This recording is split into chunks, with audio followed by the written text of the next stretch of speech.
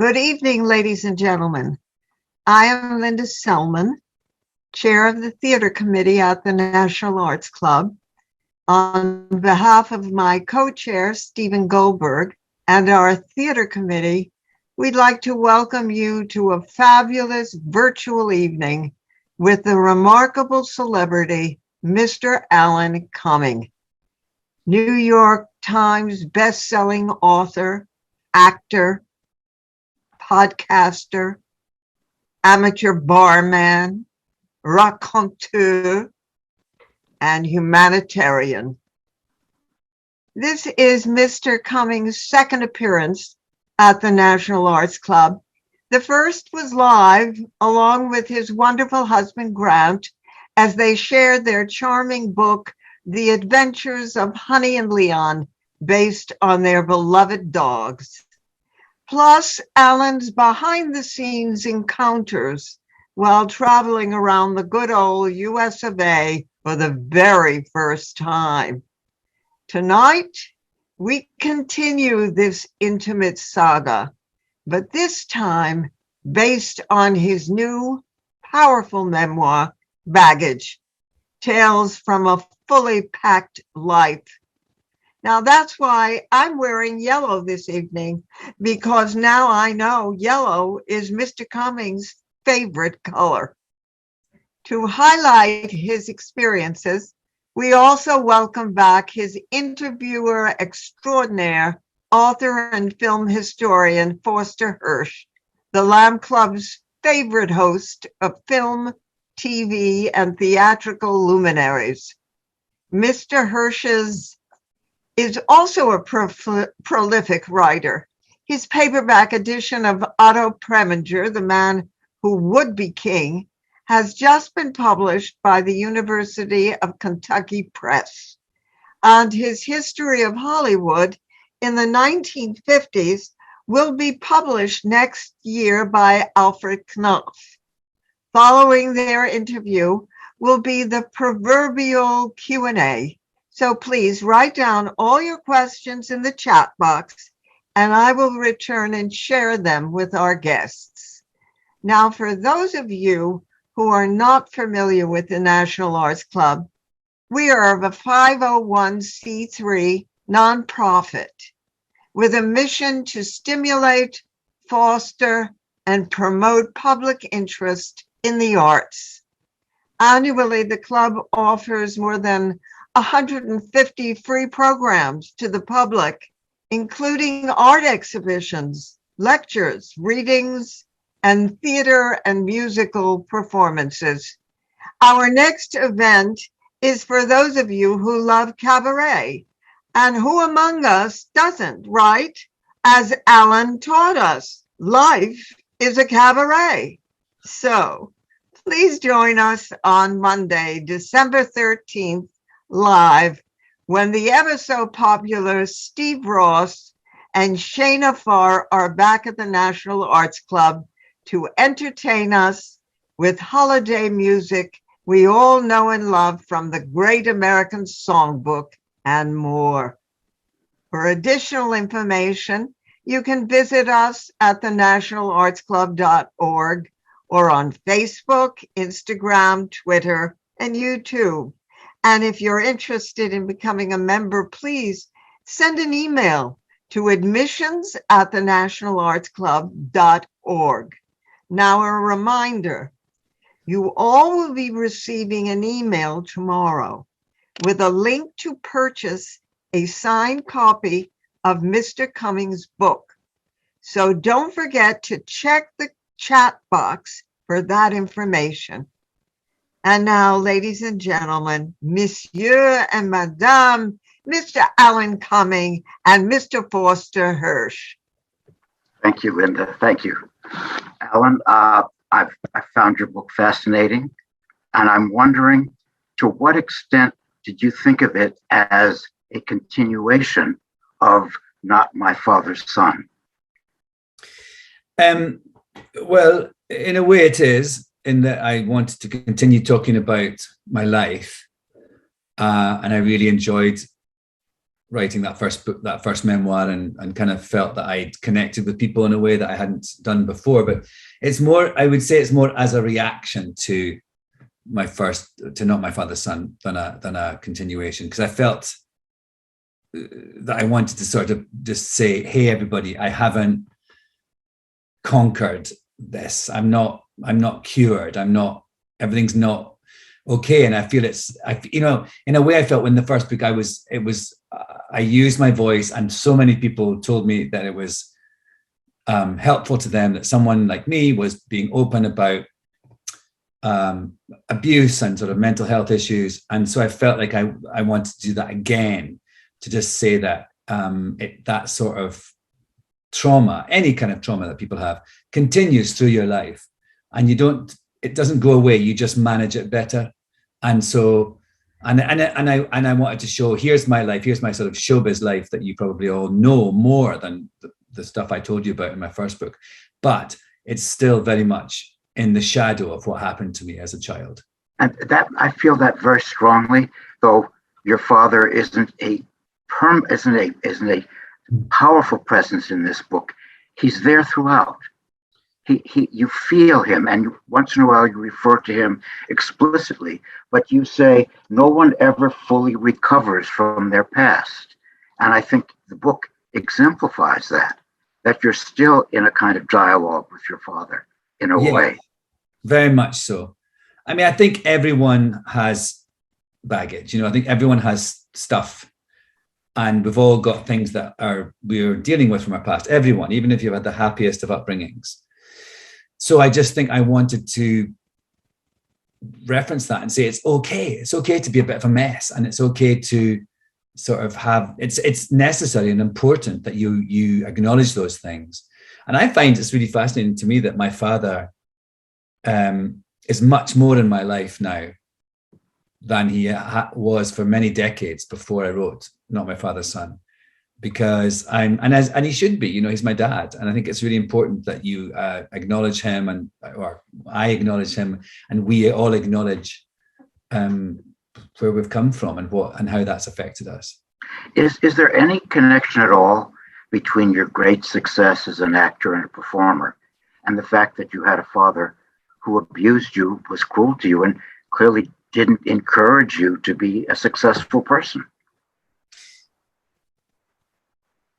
I don't think there's any connection to the fact that I've become a performer.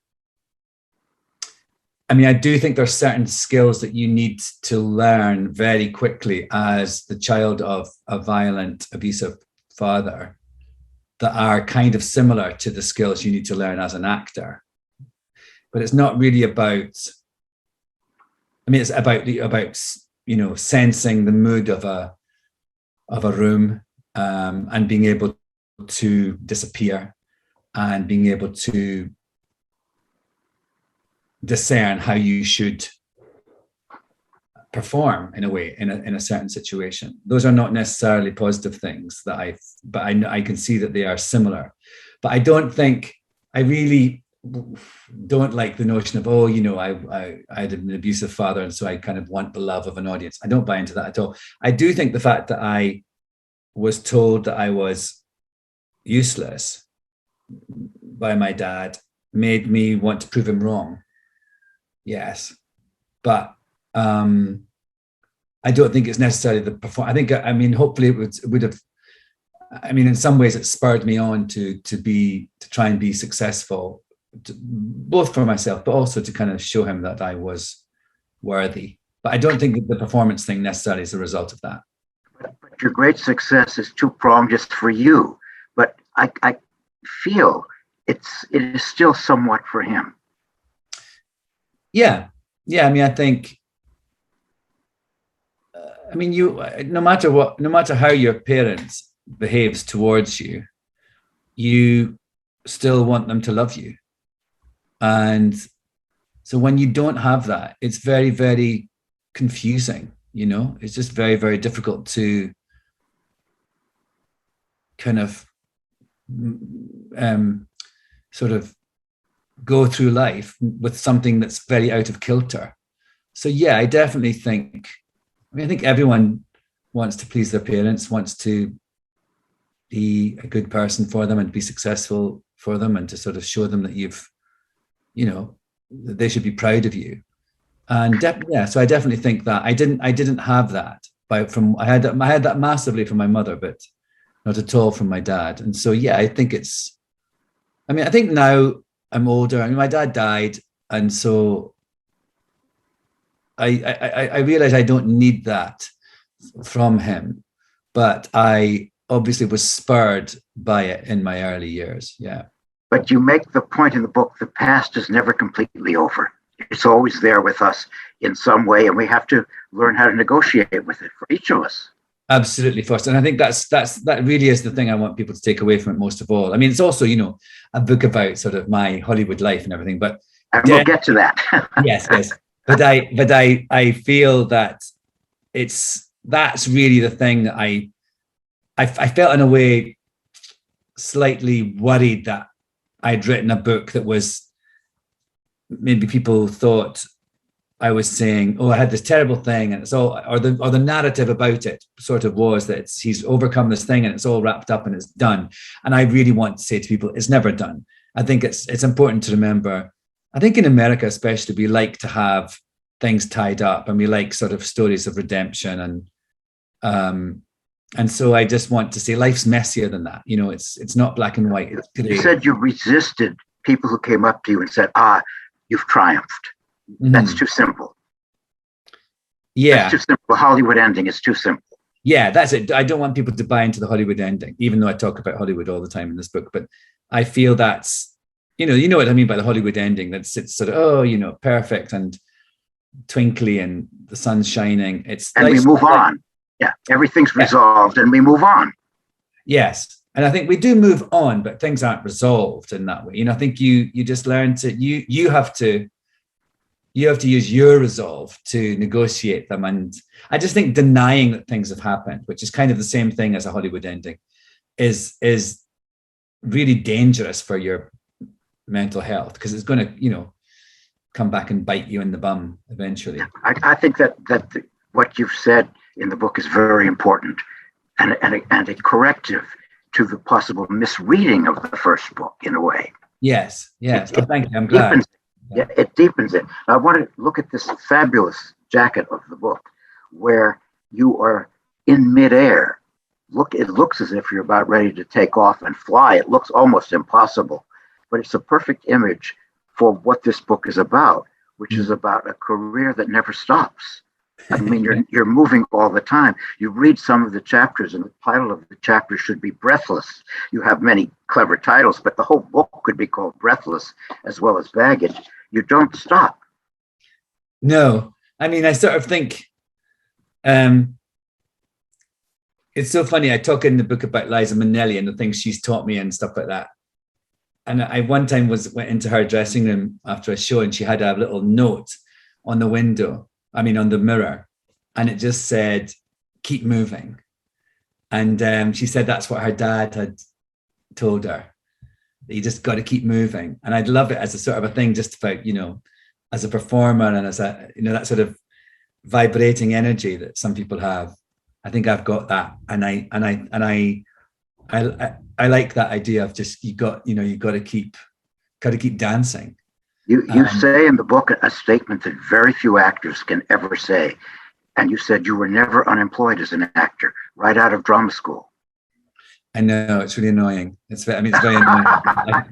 It's very difficult for people to countenance, but it's true. And I sort of, feel maybe, I actually now, I have a bar, Club Cumming, and I really love bartending. And I've always wanted to be a bartender, and I've never done it or never been a waiter or all these things that people usually are.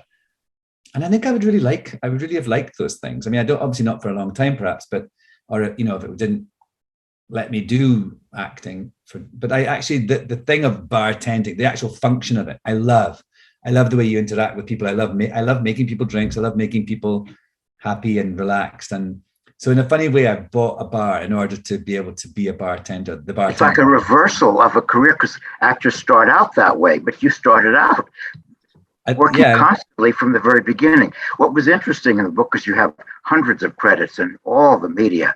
I was very interested in what you did choose to linger on, because there are some productions or films that you pause on, and in a sense, you're asking us to look too.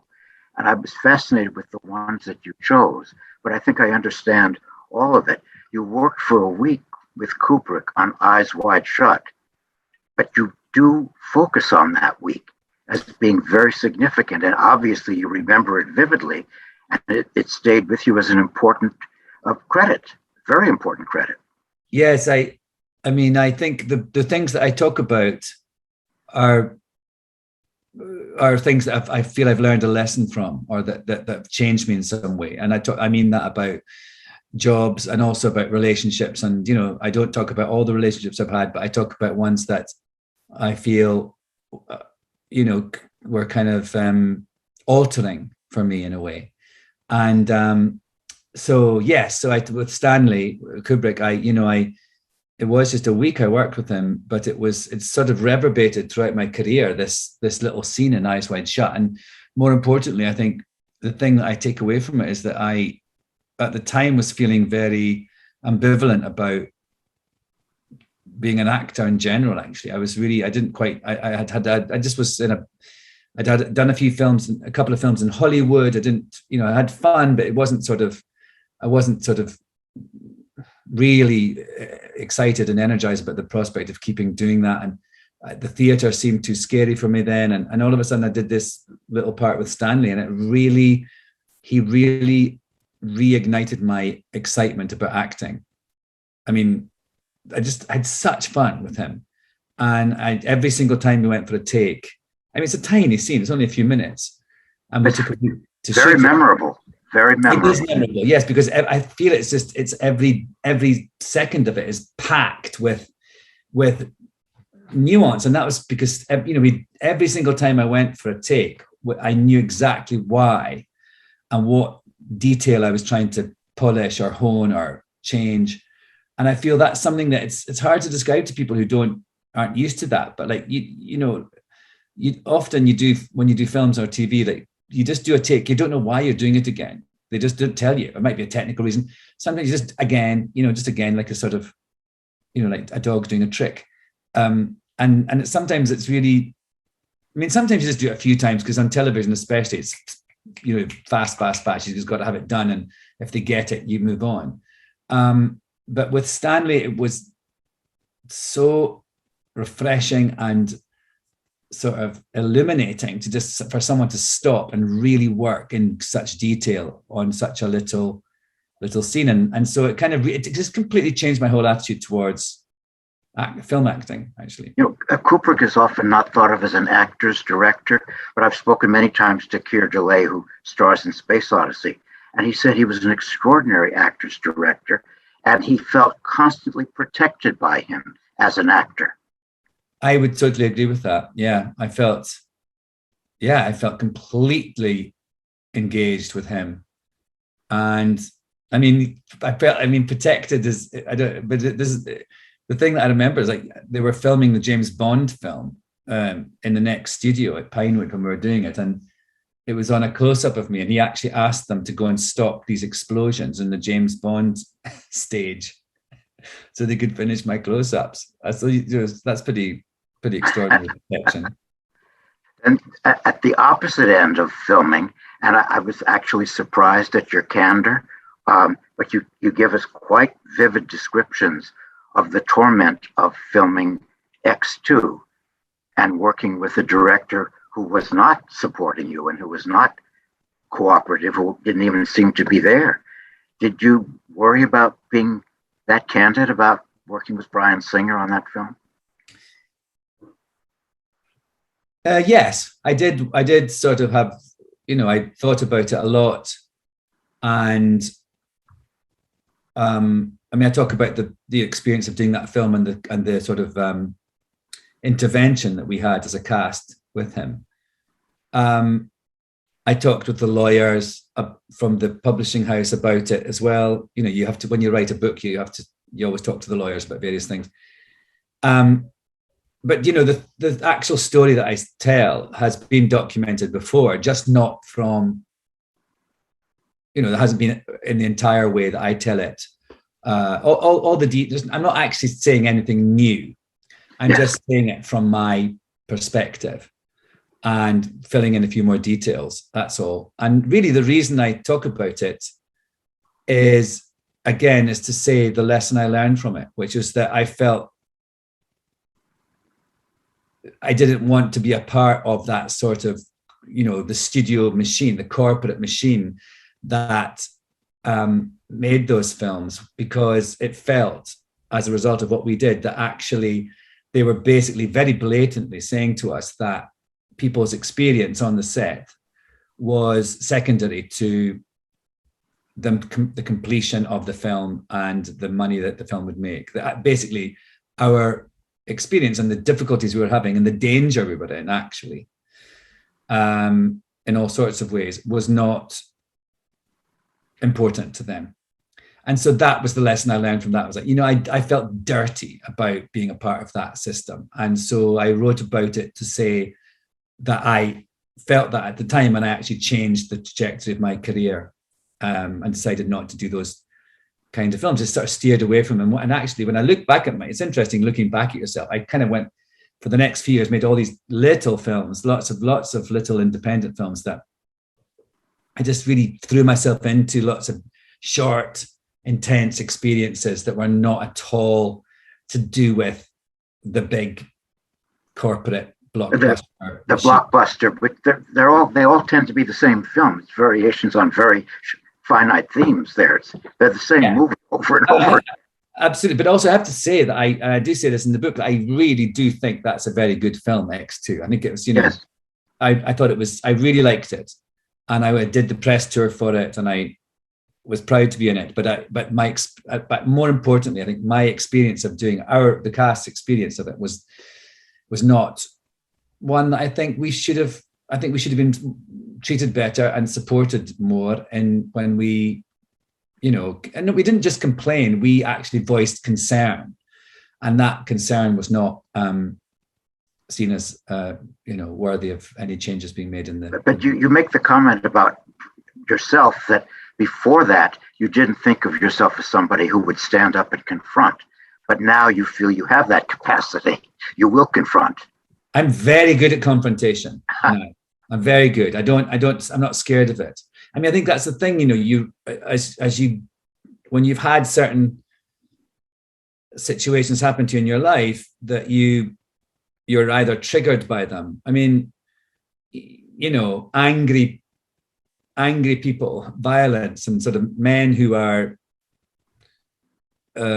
irrational and aggressive are very triggering for me. And but I've learned that, and I've learned, how I, in a way, I used to think those kind of people were attracted to me. It seemed to be. I was all these situations where I was having these people in my life, and of course I realized I was attracted to them because they were the familiar, and so I had to sort of stop that. And but now I realize that if there's anything, kind of like the thing where you mustn't deny your past and you mustn't deny things that are affecting you. I don't think you should let things linger. If there's a problem in a situation with anyone, confront it, get it out of the way. It's so much better just to say it and deal with it than to let it fester. And that seemed like a turning point for you when you did stand up for yourself there. I think it was. I mean, and I sort of stood up and I kind of really, it was scary, but I think it was something that I felt had to be done. And I felt like, it was kind of similar to, I talk about in the book, and I talked about it in Not My Father's Son. I went with my brother and confronted my dad. That was a really huge thing to do. And then in other ways, and then in a sort of professional way, that film was like the kind of the sort of another, I was confronting another angry man. And it feels like a parallel. The book sets up it as a parallel. Indeed. One senses the connection. I was so pleased that you spend a lot of the book talking about starring in Cabaret in New York, because that's, after all, the first time we New Yorkers really got to know you. I mean, Yes. that's when you became famous here. Yes. Famous in Scotland and England, but you became famous here because of that production. But I liked your interpretation of why you felt your performance landed so firmly. And you're right. You said, well, America was founded by Puritans, and you still are a puritanical people, and your performance was sort of thumbing the nose at that kind of sexual repression that we Americans tend to have, perhaps more than Europeans. Is there some? I mean, you interpret the reason for the success of that production and your performance, which is interesting. Yes, and it's about that, and because of the context of when we did it. So it was a production that was very about kind of trying to be very accurate and authentic to the time that it was set in the Weimar Republic, where those clubs would be very sort of progressive and sexually liberated. And my character definitely was very sort of sexually fluid and adventurous and open. But also we were doing it in 1998 at the time of the Clinton scandal that led to his impeachment, which was all about, so the whole country was looking at sexuality in a very shameful way. And every night people were hearing about, sex and sexual situations and it was being, people were being shamed, but especially my very dear friend Monica Lewinsky was being shamed for her sexuality in a huge way on a daily basis during the time that we were actually putting this show up. And I think it's a really interesting thing that as a contrast to that, I was being, as this sort of, being celebrated for being this sexually sort of fluid and slightly deviant person. And sort of my body was being plastered across billboards and bus stops for being sexually free. At the same time, isn't there a gender, Alan? Isn't there a gender division? You were a male. A male was being celebrated for sexual display, and Monica Lewinsky was being vilified. Absolutely, totally misogynist, and exactly that. If it's a man doing it, then he's kind of fascinating, and outre. If it's a woman doing it, she's a slut. And I think that's been really interesting. Perhaps my reason for making that allusion or comparison in the book is because I know Monica so well. And also I think it's really interesting now, we're all, over the past 5-6 years, we've all got to know Monica and Monica's story. And this recent TV series, which I thought was really good, seeing it from the women's point of view and just seeing the way that all those women in that story were so manipulated by men and lied to, and just the way the system is set up to make women either use their sexuality and then be slapped down for it, or just to be manipulated by lies that men are propagating. It's really fascinating to me. I mean, it's not like a new thing. I think we all know that's the way the world has been.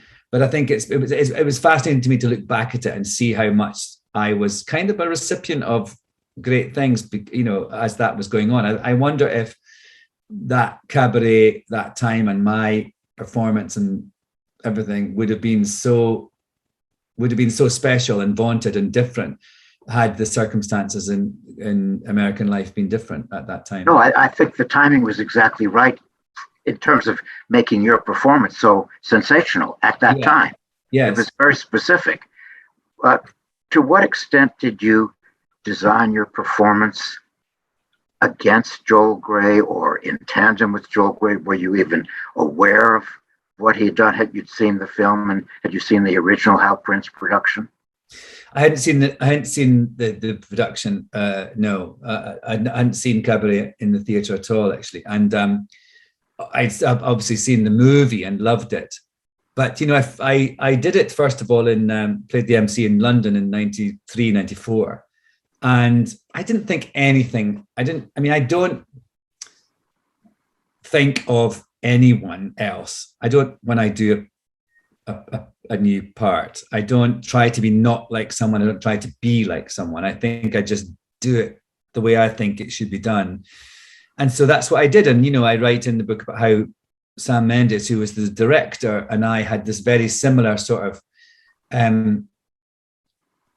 desire and very similar idea of how the show should be done. And so it's actually a really great fusion between an actor and a director that's actually quite rare. I didn't realize how rare at the time. It just felt like the right thing to do. So when I came to New York, and everybody was constantly asking me about Joel Grey, and kind of sort of saying the same things you did about, did you try to be like him or try not to be like him? Where did you? I really found it so weird that people would ask, would think that you would, instead of just doing the part how you thought it would be done, that you would sort of do it either to be like or to be unlike another actor's interpretation of it. And I say in the book that I think that's to do with the fact that there's, this is a very newish sort of piece. It's a classic cabaret, but was only written in 1965. There's only been 4 performed on Broadway. It's only been done 4 times. Joel did it twice. I did it twice. You did it twice. So, we have the kind of, it's been obviously been done all over the world, but in terms of kind of these more well-known productions of it, it's just me and him. And I feel I'm actually really, Eddie Redmayne's doing it in London now. And I think it's really great that more people should do it, and more people should, it won't just be a binary thing anymore, hopefully. And I it happens all the time that I get sent pictures of kids or students or actors around the world who are doing cabaret, and they send me pictures where they look like me. They've got the straps like I had, and it really frustrates me, actually, because I think you should do it your own way. Don't do it like me. There's so many ways you could do that part. I would never think to sort of, if I was going to do a part that, like someone else had done. I think it's interesting because I'd just done Hamlet before I did Cabaret. In my mind, when I thought about it in a similar way. You just do it how you think you should do it. And of course, lots of other people have had interpretations and ideas and versions of it. But I think who you are and the circumstances you find yourself in completely make your Hamlet for that time. And I think that was the mood, that was the sort of where I came from. I didn't think anything about Joel Grey until I came to New York. You've done the role 3 times, first at the Donmar, then on Broadway when you got your Tony Award, and then you revisited the part some years later on Broadway. I know, I just can't quit. Did the part continue to challenge you and inspire you? Is it one of those huge parts that this endless discovery and invention possible? I think it is in a way, because that actually you don't really act with anyone else other than the audience. It's not really a character. You just it's a sort of a cipher, a sort of an idea, a sort of a, it's not really like a normal role where you engage. So it's just this sort of, it's a master of ceremonies. He just says these things, he engages with the audience, introduces things, and sort of comments non-verbally, and sort of leads you as an audience through what you should think through a series of ever-changing circumstances. And he tricks you as well. So it's a really fascinating part to play. But I think the reason that I kept doing it, and the reason that it is so exciting, is that each night you have a different scene partner, if you will, because each night is a different audience. And that changes every night. That mood changes, and it's very subtle, and it's very exciting because of that. So you don't, in a funny way, it was interesting because, the MC and Sally Bowles are the 2 leads. So you're associated with all these. I've had some really great Sally Bowleses over the years, but you don't really do anything with them. You're not really, I introduce them. I just, Sally Bowles. And then that's all I really interact. We're your co-actors. We're the co-actor. Exactly. Your audience. Exactly.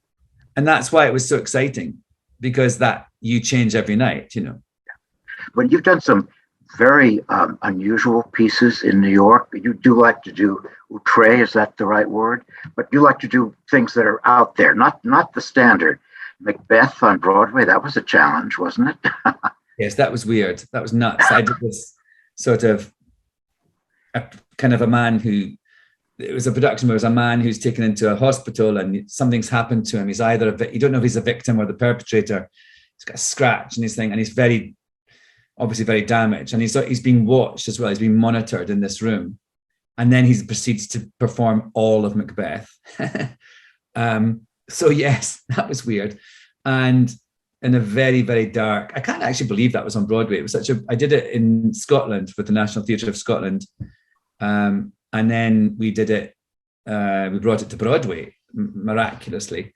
And so that was, yeah, I mean, it's sort of, I'm much more interested in doing sort of things that subvert your normal expectations. Well, you did that with Elle, which maybe people didn't see. I saw it. You did? I did. Jean Genet, translated by you. Yes. Talk about provocative and shocking and scandalous and eye-opening. I think it had all of those qualities to it. Yes, that was a play where I played the Pope in this. It was a Jean Genet play that we only did it for 2 weeks.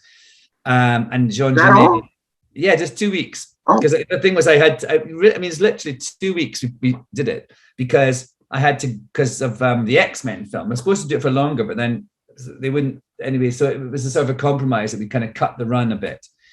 But that was a crazy, again, it was really fascinating to me. I adapted it from French and I played the Pope, and it was this theatre company that I briefly had called the Art Party. And it was just, I really wanted to do, it was great for me. I thought it was really an exciting, provocative thing. It was a classic writer of a piece that nobody knew.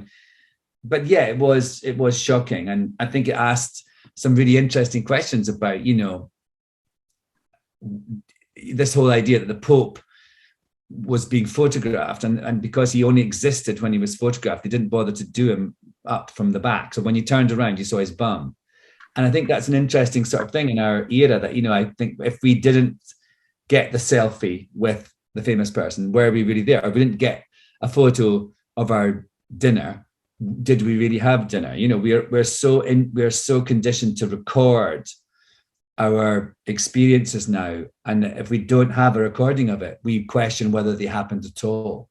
I think that was fascinating that Jenny was such a sort of so ahead of the curve in terms of that. And trend. He was, but it's still not a known piece. It's never done, really, is it? It's just not done. No, but I mean, that when we did it I think that was 2002, that was the first time it had ever been performed in English. And I don't think anyone's done it since. So, yeah. But your career has this interesting dichotomy between really unusual avant-garde experimental theater and then very popular pieces. Spy Kids, The Good Wife on television, very popular. Do you enjoy going back and forth between the commercial and the popular and the really cutting edge and avant-garde? And which do you prefer? I like them all. I mean, I the fact that I do go back and forward and this, I'm so sort of eclectic is evidence that I do like that. I think going back and forward between writing and performing and doing other weird things, hosting things. And I think I like all those different things. And I like the fact that they're different. And I like the fact that, when you come, like, for example, I've just finished a book tour, quite an intense one, really a lot in Britain and America. And then I came back last week and I started a film here in New York. And I feel the fact that I just came off a book tour and I suddenly went into something completely different. It really, I think the energy, you bring this freshness. It wasn't just like, oh, here's another film. It was actually, oh, I'm so glad to be doing a film, even though I'm exhausted. It was so nice to be going back to, I'm just acting, saying somebody else's words, not having to endlessly talk about myself. I like that contrast. And I think that's what has made me have this career that I've had, because I completely thrive on difference and changing it up all the time. Yeah, absolutely. Yeah. Variety is the spice of life, I think. But I got the feeling when you won the Tony Award for Cabaret and you were the toast of New York, and you really were, that it developed in you a somewhat ambivalent attitude toward fame and celebrity. Yes, I don't think it just started there. I think in a funny way, my relationship to fame is, when I was 21, I was kind of famous in Scotland, and and then, so it's been gradual, the sort of levels of fame. Although, when you're famous in Scotland, it's quite a lot. It's a small country, so people know you. It's, they know you pretty quickly. It can happen quite fast, especially then when there wasn't sort of so many different outlets. If you're on TV and in a soap opera, and I was also doing this comedy thing, so anyway, basically, I feel my fame has kind of been a gradual thing. It wasn't just a sort of overnight thing in America. It'd been kind of happening in Scotland and Britain before that. And so I had my ambivalence towards it is to do with the sort of byproducts of it that are quite, intrusive. And, it's not a new thing. Just like in the 90s in Britain, I was tabloid fodder, and that's really difficult, and it makes you wary. And I think what's now now I feel very, and I guess the thing is, if you just are completely open and frank and honest about everything in your life, then you don't people aren't so interested in snooping around, and all that sort of prurient stuff. But I feel like when people, it's hard to talk about, because of course everyone says, oh, boohoo you, Mr. Famous person. It must be awful. And people, and especially in America, because I guess it's a country that really vaunts celebrity more than any other. But for me, I think what I try to say to people is that the level of self-consciousness that you live with on a constant basis is huge. And so to the point where the pandemic has been so amazing in that you get to wear a mask and obscure your face when you go out in public. And I still wear my mask, I come out of places and people say to me, oh, you can take your mask off now, and we're outside. And I say, I'm going to keep it on. And that, just the idea that you want to hide your face because of what happens when you don't, is a sort of a sign of that's what it's like all the time. And just that you leave, I walk out of my house and I just feel that, you're observed. And so you're just self-conscious. And so that's just what it's like. Imagine if you just walked out of your house and everyone was looking, or everyone knew you, or you were just, and you can't be anonymous anymore. And I really miss being anonymous, and I miss observing people. I used to love just looking at people and watching them without me being watched as well. Boohoo, but that's what it's like. That's what I feel. That's where my ambivalence with it lies. But I think in reading your two memoirs, I do sense a certain tension between your candor. You tell us a lot, but I still think there are areas where you want to keep your privacy. And I appreciate that. This book is bookended by the end of your first marriage and then your second marriage now. But if readers buy the book thinking that it's tell-alls about your two marriages, that's not the book. No. You keep us at a certain distance from the two marriages. You're very frank about Cabaret and about Bryan Singer and career things. But in terms of your private life, though you tell us a lot, I just think you still honor certain areas of privacy for yourself and your loved ones. Am I wrong? No, you're absolutely right. And I think I hope that I do that in the like the ones about Brian or whoever, other stories in the book as well. I'm not doing it to be, as I say, I'm doing it to sort of show lessons I learned whilst doing it. I'm frank. I'm not mean, I hope. And in terms Never, of the relationships thing, I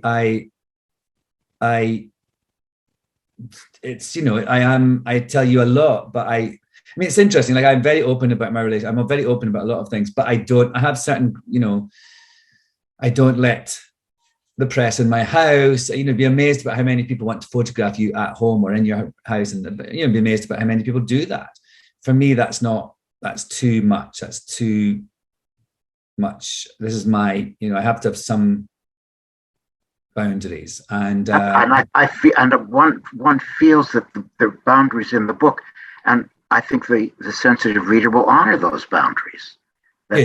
There is an area of privacy. For instance, Alan, you tell us quite a lot about a person whose name you don't give us, but he's called Adonis, the Adonis. We have a lot of details. But then when your marriage to Grant is shrouded in privacy and a decorum, really. Yes, but also the marriage, only the book ends when we get married. So, maybe the next book will have more. But I talk about our relationship in terms of, in a way for me, the end of the book is that I was able to have this relationship that I'm in now. And that I was, I'd seen the patterns, the negative patterns in some other relationships. I'd realized things about myself. I talk about this idea that instead of walking away from things, I walk towards something. And I feel that that's what the book ends, and it's bookended by these two marriages, and it ends with this relationship. But I think I'm quite frank about, I go into this relationship saying, here's what I can do, here's what I can't do, here's what I need, here's what I will put up with. And I feel that's that level of, I realized just doing the book tour, actually, that we started our relationship having a conversation that I think most people only have when they hit a problem or a road bump in their relationship, and they have to be really honest and they have to have a big chat. And we did that before we began it. And I think it was a really positive thing to do. And I think it's only something you can probably do when you've had several relationships and you're a little older, and that we met when we're 39. And so, you hope you have some wisdom by then. One feels that, but it feels the book ends with Grant. It doesn't begin with him. So, as you said, that could be material for the next book. But what is delightful, and I think the audience will enjoy it, is that the book has many cameo appearances by famous people. And I love the chapter when you have a kind of scary visit with Gore Vidal in Italy. And the dialogue could come straight from a Noel Coward drawing room comedy with a very acidic wit. It's almost as if you're writing a little one-act play there with it is like, I think it would make a really good film, actually. It's sort of this weird, like a crazy weekend, and it just was fascinating to me. And actually, because I was there with my boyfriend at the time, and it was like this younger, it was a bit like a sort of a gay Who's Afraid of Virginia Woolf in a way. And that's what it reads like. Yeah, it really was. And also what Gore told me was to, he said to me, analyze this, analyze what you're seeing right now, this relationship that I'm in. I've never been in love, but I've been with this man for 50 years, and analyze, you meet all these people. And so in a way, I've done what he told me to do. And I have analyzed that. And it's, again, in a way, like only a week with Stanley and only a weekend with Gore. But it's really had great reverberations. I've written about it extensively, and it was fascinating to me because, he was this sort of, great person of note in both writing and in sort of queerness and openness. And yet he was very closed, I felt, and I think also he lied about, he did have love, but he just couldn't admit it. And I find that. And one feels the sort of sorrow in that 50-year relationship. There's an undercurrent of sadness there. Great sadness. From a different generation, but there is a sadness that comes through. Yeah, it was very, very sad. I did find, and I felt it just so sad that he couldn't, and he sort of, he sort of overcompensated by being so open and sort of loud and kind of, sort of oversharing about areas of his life, but to sort of as a smokescreen to actual intimacy. And I felt sad that he couldn't do that. And I think it is a generational thing as well. But also just, there was a lot of booze partaken that weekend, and that obviously affected. It's a great, there's the makings of a very interesting play there. Let's put it that way. I know, and on the Amalfi Coast as well, and this stunningly beautiful. Yeah, amazing. Now you do write that you love New York. When you first saw New York, you just fell in love with it. And are you a permanent New York resident? Is New York your home? Yes, I'm in my house now in New York City, and I also have a place in the Catskills that I love dearly. And I've lived here for like 25 3 years or something. It seems crazy, but yeah, I've been here a long time. I feel very much, you know, I feel very connected here, and I feel very connected in Scotland as well, of course. But I found sort of myself here, I suppose. I suppose that's what it is. I found but you like the energy of the city, and you praise New Yorkers for overcoming tragedy, rising up from and I think terrible setbacks.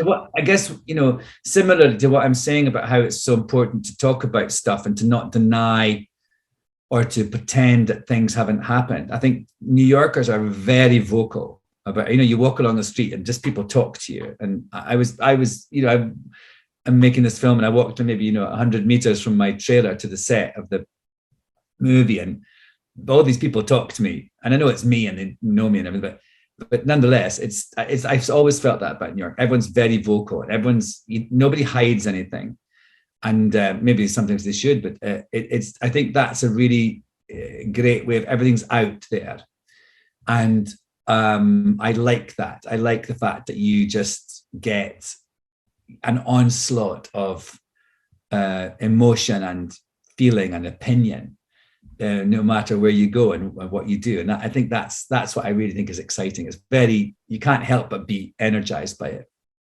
Now, you're very tactful about it, but I got the sense that you're not crazy about Los Angeles. That's true. I'm not. I mean, I have nice times there. I have lovely friends there, it's more that it's a work town. And I say this thing in the book that I just sort of always think that Los Angeles is probably like how Hershey, Pennsylvania is, where they make the chocolate. I bet everybody in Hershey talks about chocolate all the time, and everybody in LA talks about the entertainment industry all the time. And I find it boring. I mean, I really do. Like people talking about box office grosses and commerce, you know, just the commerce, all that stuff. I just think it's a work town is boring to me. I like my work, but I don't want to talk about it all the time. And I especially don't want to live in a place that only exists because of my work. So that's what I love about New York. There's so many different people and professions and cultures here. And of course there's like LA is like that too. It's a very multicultural city and all that stuff. But ultimately its raison d'etre is, you know, showbiz. And I find that a little scary. And I feel it makes people boring, a little boring. Gosh, I'm going to get it's my hometown. I think it's a beautiful city and underrated.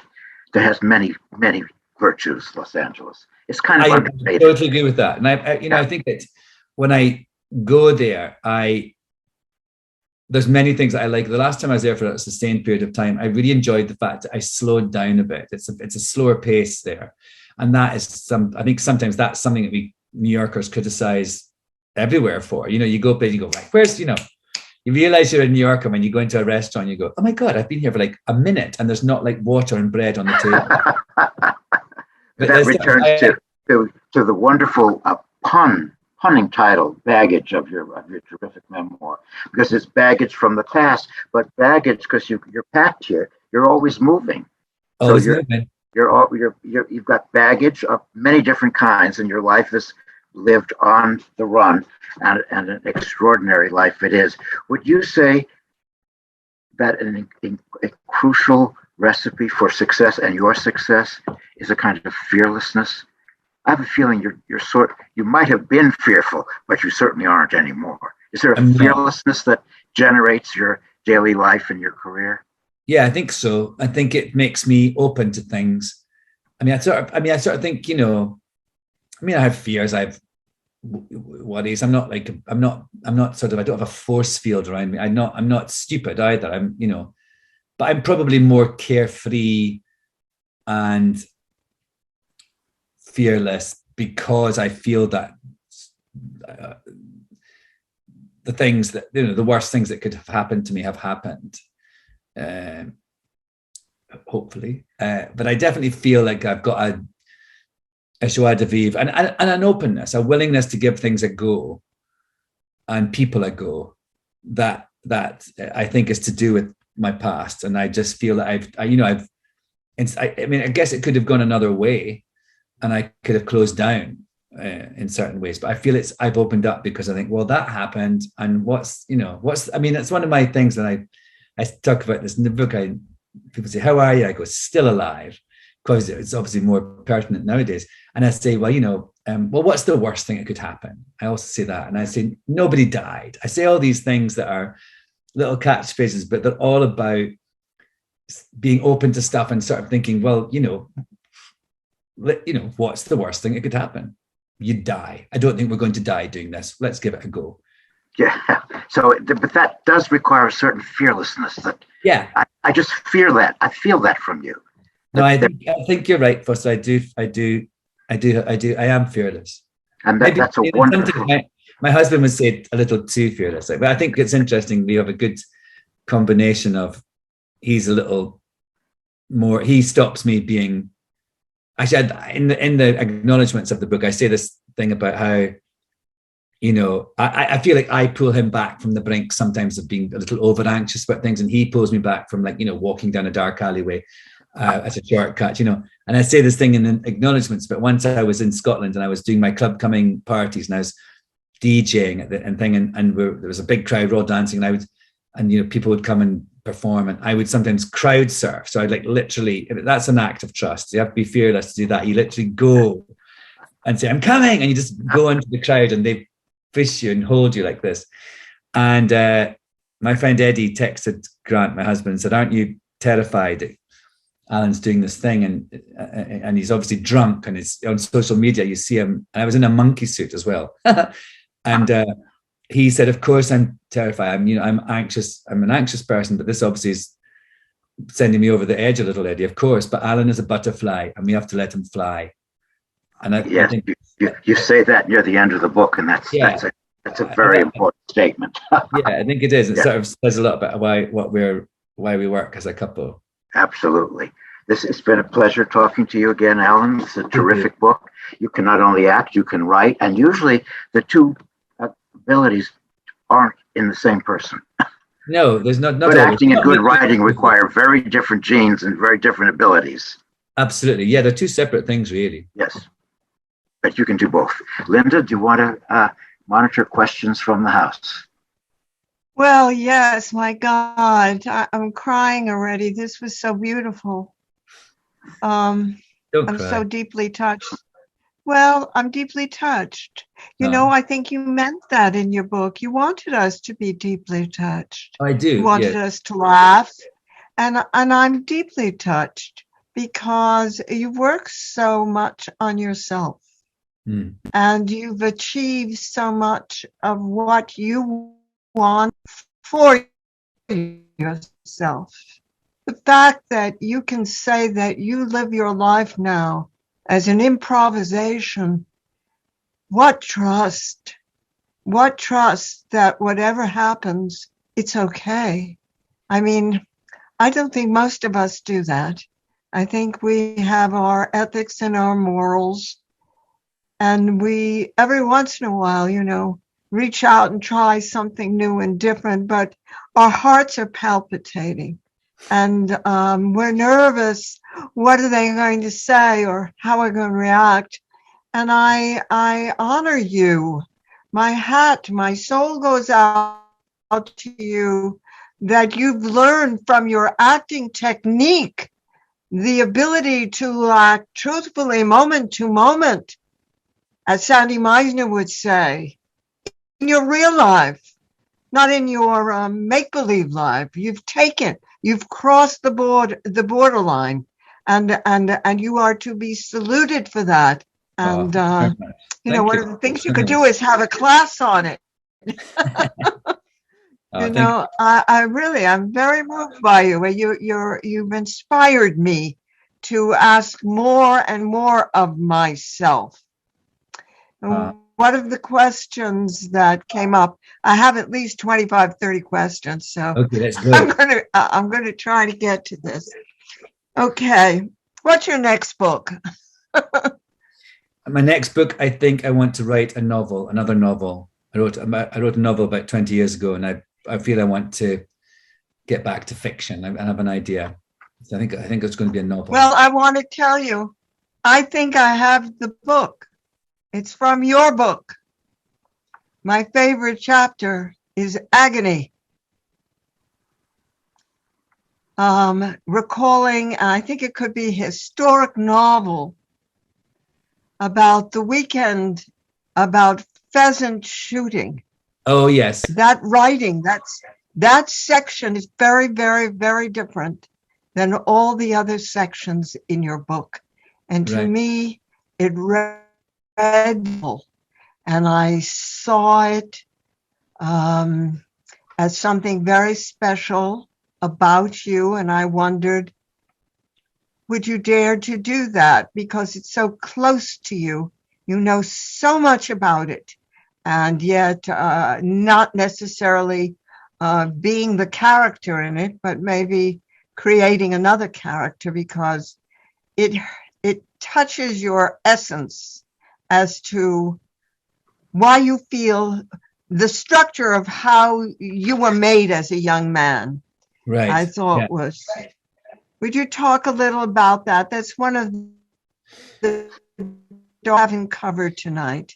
Well, I talk. That's about when I was a boy and I had to do beating as a sort of thing with it. And I grew up in a country estate, and they would have these shoots where we would go into the woods, and you have to hit trees and make noise to make the birds go up. And I talk about this incident where a deer was sort of a deer kind of hit me. A deer attacked me. It didn't attack me, but a deer lunged for me. As it saw me, it was trapped in this copse of woods, and I saw it look along the line of boys, and it came to me, and it thought, oh, the weakest link, and so it came running towards me, and it like head butted me and knocked me out, and it was sort of an incredible experience, really, and it was a thing I hated. I hated beating. I hated the whole thing. It was freezing and awful. And there's all these kind of sort of fat old rich men that were the people with drunk men with guns. It was just it was so many awful things. But all of a sudden there was this deer that kind of lunged for me, and I write about that in order to say to the audience that is the nearest thing I can describe to what it was like for me when I opened on Broadway in Cabaret in 1998. It was like a deer attacking me. It's beautiful writing. I think you should look into that.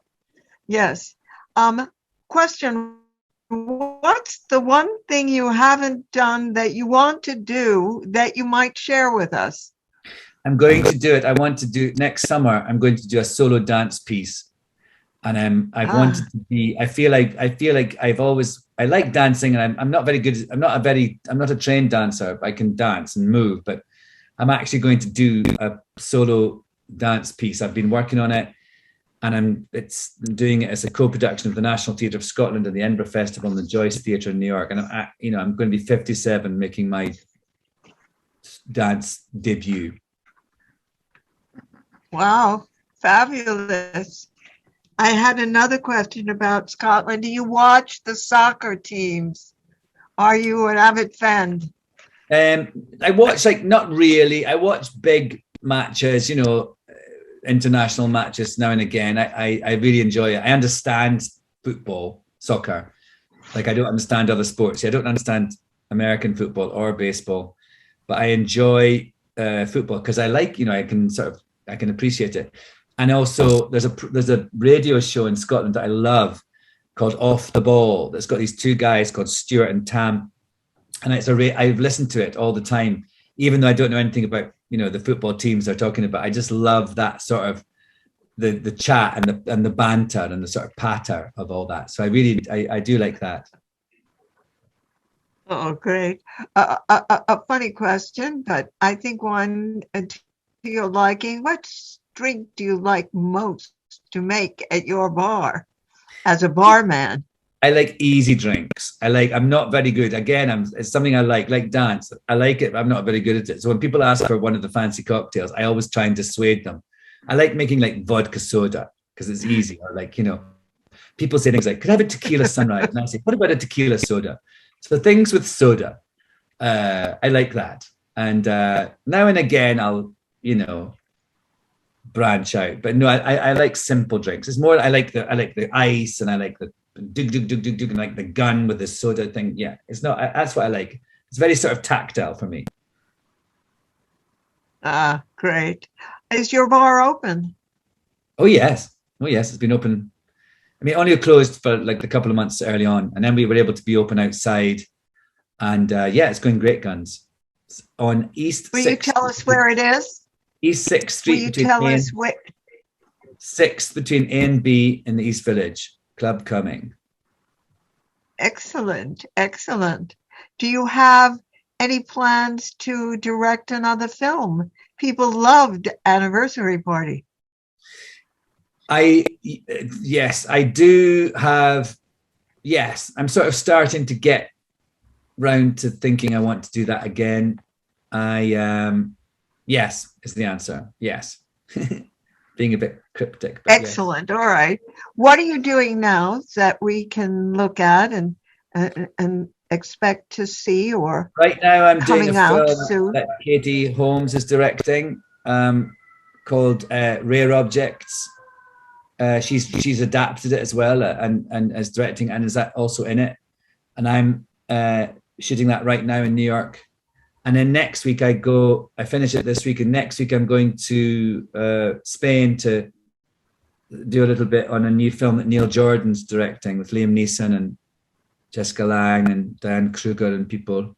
So I'm doing a couple of films like that. Yeah. So those will be coming out. And Instinct? Instinct is it? Oh, wow. How do you like being Poirot? I did enjoy it. It was fun, but no, it was that ended a couple of years ago. Do you think that acting is detective work? No. I think you've got to be observant. I think acting's a lot about observing, and I think acting's mostly about listening. So yeah, that's all. Just listen to people. That's the biggest thing. Yes. What was the most challenging part of writing this memoir? I kind of, I think it was finding the sort of structure for it. I had lots of things I knew I wanted to talk about in my life that happened, but I just didn't quite have it took me a long time. I write in the acknowledgements that my first delivery date was 2016. So I was 5 years late. But I think it was, I found it was to do with when I found out the thing I wanted to say about don't buy into the Hollywood ending. Here's my life in the shadow of what happened to me. And that, I've learned these lessons. Here are lessons I've learned, really. I found it was really last year during the pandemic when I had enough time to really focus on looking at it from above and looking at it on a much sort of bigger scale rather than just doing little bits at a time. So I think that was the hardest thing, was to find out the sort of shape of it. I knew what the ingredients were. I just didn't know which cake I was making. My cousin said to me once, if you want to be a writer, you better like to rewrite because you're always rewriting. Do you find that to be true? Could you talk a little about that? Because you've been 5 years. I'm sure there was a lot of rewrites. Yes, a lot of stuff just thrown away. I think that I don't follow the thing of, some people say, oh, just every day, just write something. I don't think that's a good idea. I think only write when you've got something to say. At least, and I do think it's just important to sit at your desk, even if you don't write, even if you just sort of Google things. I think just actually making the commitment to be in a room and thinking. But I think it's important to understand that, to be brutal and just think, oh, that should go. That should just totally go. And then to also be able to sort of stand up for yourself. I think that's the thing as you get older. You think, no, I want to have that in. I want that. I like that bit. But I think also just be prepared to fling things away.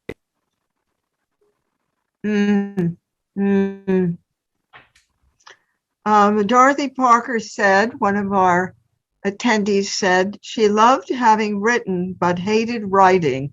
Would you agree with that sentiment? Somewhat.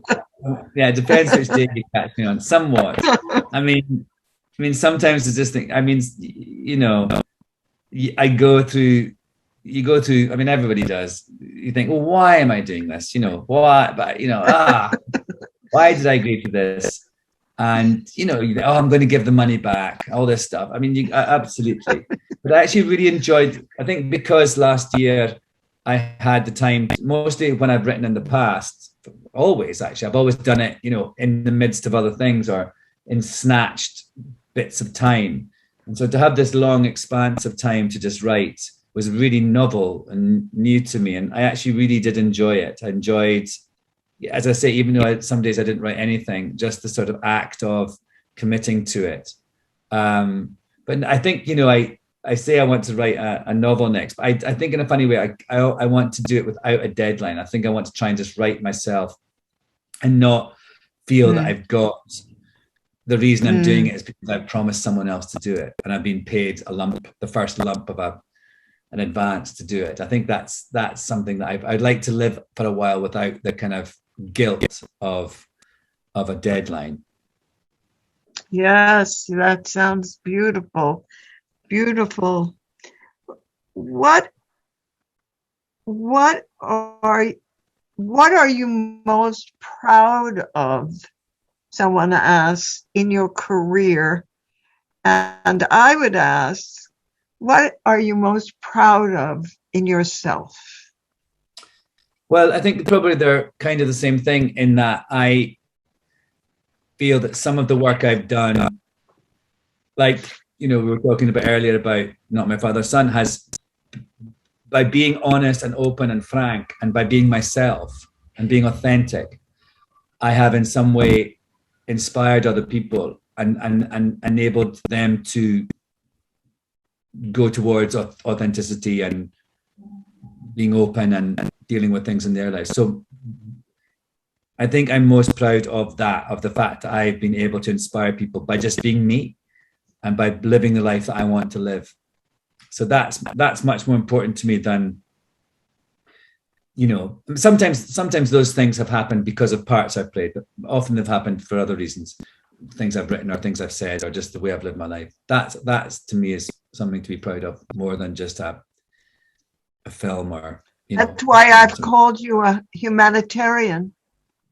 Right. Yeah, that's nice. Yes, because you give that to people. I can't tell you. You'll see the chat comments. They'll send it to you, but people, thank you for sharing your baggage. Yeah. Thank you. I really I write about that in the book, that I really feel I found my voice and my purpose in a way, and by that it was a huge sort of thing to understand, and it's very important to me. Yes, you're very appreciated. Very. Let's see. And they also say they agree with you about no happy ending, Hollywood ending. They're tired of it, and I think that I think Hollywood is tired of it. The way we're asking in New York for our theater, we want different kind of plays now with different kind of themes and different questions being answered. We don't want what was. We want what we're discovering right now and speak about it. Right. Yeah, I think that's absolutely true. I hope so anyway. Yes. Do you think that acting skill is different?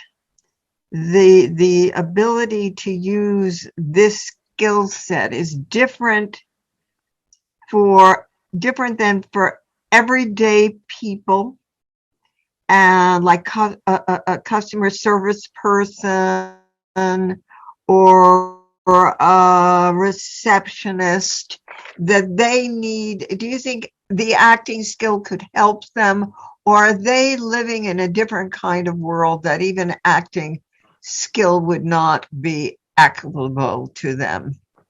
Oh no, I think anyone who deals with other people has to be an actor of some kind. You have to listen, and you have to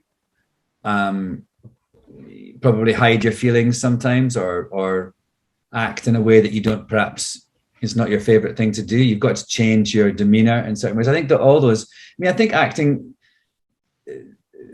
just we all act, we all use those skills of deciding how we're going to react in certain situations. And I just think acting should be very simple. For me, it's just about like being a child and playing and just trying to stay to that and stay in the moment. I mean, it's not a difficult concept. You just have to pretend to be someone else and really mean it. And I think the actual skills that people you're talking about, anyone who deals with the public, if they want to be good at it, then they have to use similar skills. But they just, I think it's a little we take it a little further. Yes. Well, as you say, you improvise your life the way you've learned to improvise in acting. Maybe Right. There's a connection there. Someone said, what would you tell your 10-year-old self, thinking about where you were and where you are now? What wisdom would you give that young boy? I'd say you're right. You're right to think the things you think right now. Mm. Mm.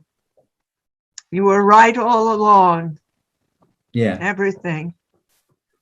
That's No, I mean, beautiful. just in general, you're right. You're right. Those things are not. What you're thinking is true. Right. Right. I identify totally with that. Are you an American citizen? I am. Hey, when did you become one? In 2008, I became one in 2008, so that I could vote. Because the thing about, when you're a green card person, you can do everything else except vote. And so I had a green card, and I was very vocal about many political issues. So I thought I should put my money where my mouth is and be able to take part in the political process. So that's why I did it, and I'm very glad I did. So I've joint citizen. I'm also, you have joint citizenship with Yes. Are you a political person? Are you right now? Are you active? Are you vocal? Yes, I am. I mean, I think. You want to talk about what you do? Share it. I know you're certain activism. I feel we have to be very vigilant about the extremism and the sort of white supremacy that is, was basically governing us over the previous administration. The tenets of white supremacy being very, very openly displayed by our government. That's terrifying to me, and I feel that it has ebbed, but it's not gone away. And I feel we've got to be vigilant and just be careful that those opinions and those ideas don't slip into the mainstream. And well, they were in the mainstream, but don't slip into our kind of national consciousness forever. And I think we've got to try and help people not to be angry and not to be afraid of people who are different to them. So that's something that I'm very conscious of, and very much try to, that idea I try to support in various forms. Yes. Did you have you been following the situation with the Alex Baldwin Rust filmmaking with the guns? Someone asked, what has been your experience with safety in terms of actors and the crew? I know you mentioned it in the book where you had to be hoisted up in the air while and have to wait up there, and how uncomfortable it was. And what do you feel about those aspects of filmmaking or even theater? And do you think people are more open to changing it now? I think that, something like this terrible tragedy that's happened, I do really, it's so awful, that poor woman who died. And I do feel so badly for Alec. I think how terrible what an awful thing to live with. Yes. Forever, that's going to haunt him forever. But I feel I've been in situations in films where there have been accidents and there's been things happen that are, it's been unsafe. I think it's sort of interesting that right recently there's been IATSE, which is the crew union, have been campaigning about whether or not to go on strike about the ridiculous hours that, the hours that we work on films. It's ridiculous. Even a normal day, a good day, you get home after 12 hours of work. That's a good day. That's like you're getting home early. And that's for actors. And we get to have a lie down, and we get driven there, and we probably sometimes come in later than the crew. The crew, crews work incredibly stupid long hours. And I think people are exhausted, and sometimes people make mistakes because they're so tired. And I think it's just, that was something that was being discussed. And then this terrible tragedy happened. So I think in a funny way, it's made people connect those two things, and hopefully there will be, I don't see why we should work these ridiculous hours. I mean, like other people don't, and I just think that we don't need to. It's just a choice that's been made in order, again, to make things faster and cheaper. And so I feel like this is a time when hopefully people are going to reassess things. And so I fully support IATSE and whatever action they take, because I think right now they've probably got quite a lot of a groundswell of support to take industrial action. Yes. Mitch, I would love to end with Alan reading a little piece from his book. You're a magnificent reader, and it's late, and some people may be going to bed, so maybe this is a little bit of a little book they can read before they relax for the rest of the night. Just getting my book from under my computer. Let me see. Oh my God, I wasn't quite sure I was going to do this. I will read. Okay, ready? I'll read the prologue. This is the prologue of the book. Shakespeare calls memory the warder of the brain. And despite the fact that it is Lady Macbeth who brings up this idea while bulldozing her husband into murdering their current house guest, I find it very comforting. The notion that my increasingly spotty reminiscences of tumbling through life will somehow protect me, like a cerebral condom, from repeating old negative patterns or embarking on perilous new ones that my gung-ho adolescent brain would otherwise have dived straight into has, for me, coloured the bard's fiend-like queen with an Oprah-like hue. It makes sense that what we have experienced in the past and how we have analysed and grown from it enables, or at least helps us to have better judgment, right? That's what we call the benefit of hindsight. But what if our memory isn't so accurate? What if the stuff supposedly protecting your brain is actually deluding you into making the same mistakes again and again? Even a cerebral condom can break. I know I have, on several occasions throughout my life, repeated the exact same patterns of behavior that previously made me unhappy to the point of despair. So much for the warder of the brain, huh? Every day, more experiences and lessons are poured into our memory banks, rearranging and augmenting our views and actions. And if we accept that sometimes we simply choose to ignore our memory's lessons, then we must agree that memory itself, not just our relationship to it, is ever shifting. Have you ever wondered if you remember an incident from your childhood because you actually recall it, or merely because you've heard others talk about it or seen a photograph of it? My first memory is of a leaf falling down from a tree and landing beside me in my pram. I do genuinely remember seeing that happen, but did it really? Do I perhaps remember it because my mum once mentioned something about a leaf landing in my pram? Or I remember seeing an old photo of me sitting in my pram beneath a tree on an autumn day. But Did what I recall actually happen? Did my mum really once talk of it? Was there ever such a photo? Truly, how reliable can any of our memories be?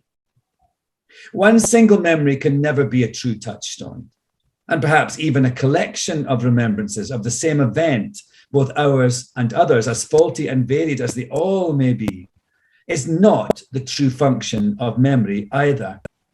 Rather, it is what we do with those memories, how we let them accumulate, then process through our minds so we can learn from them. Isn't that really what memory is, or should be? Not just for recall, but for growth. The repetition of memory is wisdom, but how we act upon that wisdom is the making or undoing of a good life. Voila. Alan Cumming, thank you. Thank you very much. You. Thanks, Thank you for being here and sharing yourself with us. Thanks so much. It's been really fun. Yes. Stay safe and enjoy your life, which I know you are. You too. Thanks, everybody. Bye-bye.